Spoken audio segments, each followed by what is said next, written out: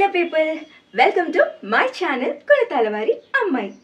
ఈరోజు నేను నల్లేరు పచ్చడి చేయబోతున్నాను. నల్లేరు పచ్చడా, ఇది ఎక్కడ వినలేదే, దాంతో పచ్చడి ఏంటి అనుకుంటున్నారా?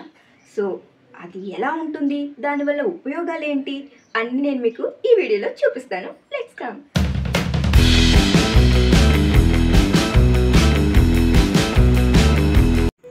ఇవే నల్లేరు మొక్క కాడలు. నాకు తెలిసి మీరు ఎప్పుడు చూసి ఉండరు, అసలు దీని పేరు కూడా వినే ఉండరు. చాలా కొద్ది మందికి మాత్రమే వీటి గురించి తెలుసు. నేను నల్లేరు పచ్చడి చేస్తున్నానంటే మా చెల్లొచ్చి ఏలేరు పచ్చడా, అదేం పచ్చడి అని అడిగింది. అంతమందికి తెలుసు అనమాట నల్లేరు పచ్చడి అంటే. ఈ నల్లేరు టేస్ట్లోనే కాదు, హెల్త్కి కూడా చాలా మంచిది. కీళ్ళ నొప్పులు ఉండేవాళ్ళు, irregular periods, digestion problems, constipation problems ఉన్న వాళ్ళకి ఒక బెస్ట్ మెడిసిన్ అని చెప్పొచ్చు. వీటిని చాలా జాగ్రత్తగా కట్ చేసుకోవాలి, ఎందుకంటే వీటి చుట్టూ చిన్న చిన్న ముళ్ళులు ఉంటాయి. అందుకే మా అమ్మ చేతికి కవర్ వేసుకొని మరీ కట్ చేస్తుంది.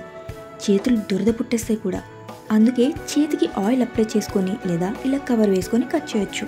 వాటి సైడ్స్ అన్నీ తీసేయాలన్నమాట. అంటే బీరకాయ తొక్కు తీసినట్టుగా తీయాలి, లేదు అంటే పచ్చడంతా పీచు పీచుగా అయిపోయి తినడానికి అంతగా బాగుండదు. సో ఇలా చిన్న చిన్న ముక్కలుగా కట్ చేసుకొని ఆ ముక్కలని కడిగి పక్కన పెట్టుకోవాలి.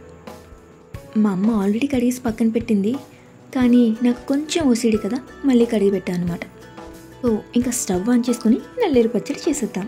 స్టవ్ పైన కడాయి పెట్టి ఆయిల్ వేసుకొని, అబ్బా ఇవన్నీ మాకు తెలిసిందే కానీ తర్వాత చెప్పమ్మా అనుకుంటున్నారా? మరి అలా చెప్పకపోతే నాలాంటి వాళ్ళు కొంతమంది ఇంతకీ స్టవ్ ఆన్ చేసావా అని కమెంట్ చేస్తారు. అలాంటి వాళ్ళకి ఛాన్స్ ఇవ్వడం ఎందుకని చెప్పేశా. సో ఆయిల్ మరిగాక అందులో టేబుల్ స్పూన్ జీలకర్ర, ఒక వెల్లుల్లి కట్ట పాయలు తొక్కు తీసి వేసుకోవాలి. ఆ తర్వాత 3-4 ఎండుమిర్చి, మనకు నచ్చినన్ని వేసుకోవచ్చు, మనం ఎంత కారం తింటామో అంత.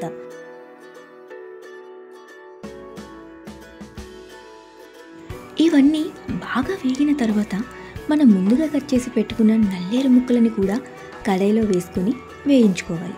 అన్నట్టు చెప్పడం మర్చిపోయా, వాటిని చిన్న ముక్కలుగా కట్ చేసే ముందు ఒక చిన్న ముక్కని పక్కని సెపరేట్గా పెట్టుకోండి. అది ఎందుకో వీడియో లాస్ట్లో చెప్తాను. ఈ నల్లేరు పచ్చడి ఒక్కసారి టేస్ట్ చేశారంటే అస్సలు వదలరు, అంత బాగుంటుంది. ఒకసారి ట్రై చేశాక మీరే చెప్తారు చాలా బాగుందని. ఇప్పుడు వేసిన ముక్కలన్నీ బాగా కలుపుకోవాలి. ఈ కాలంలో ఎవరికి అడిగినా కీళ్ళ నొప్పులనే వింటున్నాం. డాక్టర్ దగ్గరికి వెళ్తే మీకు ఎముకలలో గుజ్జు అరిగిపోయిందని మందులు రాసిస్తున్నారు. అవి వాడటం వలన పర్మనెంట్గా తగ్గుతుందా అంటే నో అనే చెప్పాలి. కానీ ఈ నల్లేరుని ఏదో ఒక రూపంలో మనం తీసుకుంటూ ఉంటే ఈ ఎముకలలో గుజ్జు పెరుగుతుంది. అంతటి పవర్ఫుల్ ఉంది ఈ నల్లేరుకి.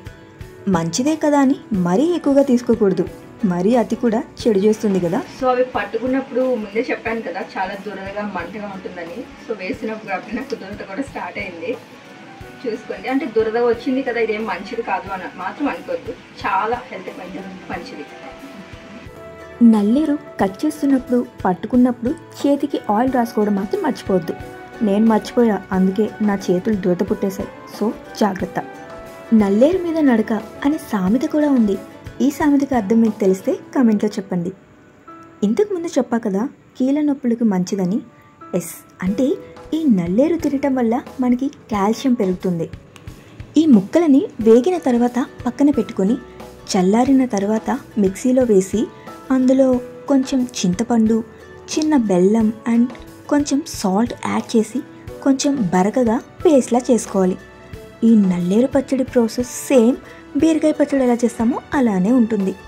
బీరకాయ ప్లేస్లో నల్లేరు కాడలు ఉంటాయి అంతే. ఒక కాడుని సెపరేట్గా పెట్టుకోమని చెప్పా కదా, దానిని మనం పెరటిలో కానీ పూల కుండీలో కానీ నాటితే చాలా చక్కగా పెరుగుతుంది. అప్పుడు మనకి నచ్చినప్పుడు నల్లేరు పచ్చడి చేసుకోవచ్చు. ఈ నల్లేరు కూడా మిక్సీలో అంత త్వరగా నలగదు. ఇలా మిక్సీ చేసిన తర్వాత మళ్ళీ పోపు వేసుకోవాలి. అంటే ఆయిల్ వేసుకొని జీలకర్ర, వెల్లుల్లి, ఎండుమిర్చి, కరివేపాకు వేసి పోపు వేసుకోవాలి. ఆ పోపు వేసిన తర్వాత మనం పేస్ట్ చేసిన పచ్చడినైతే అందులో వేసుకొని చాలాసేపు మగ్గనివ్వాలి. ఎంతసేపు అంటే బ్రౌన్ కలర్ వచ్చేంత వరకు.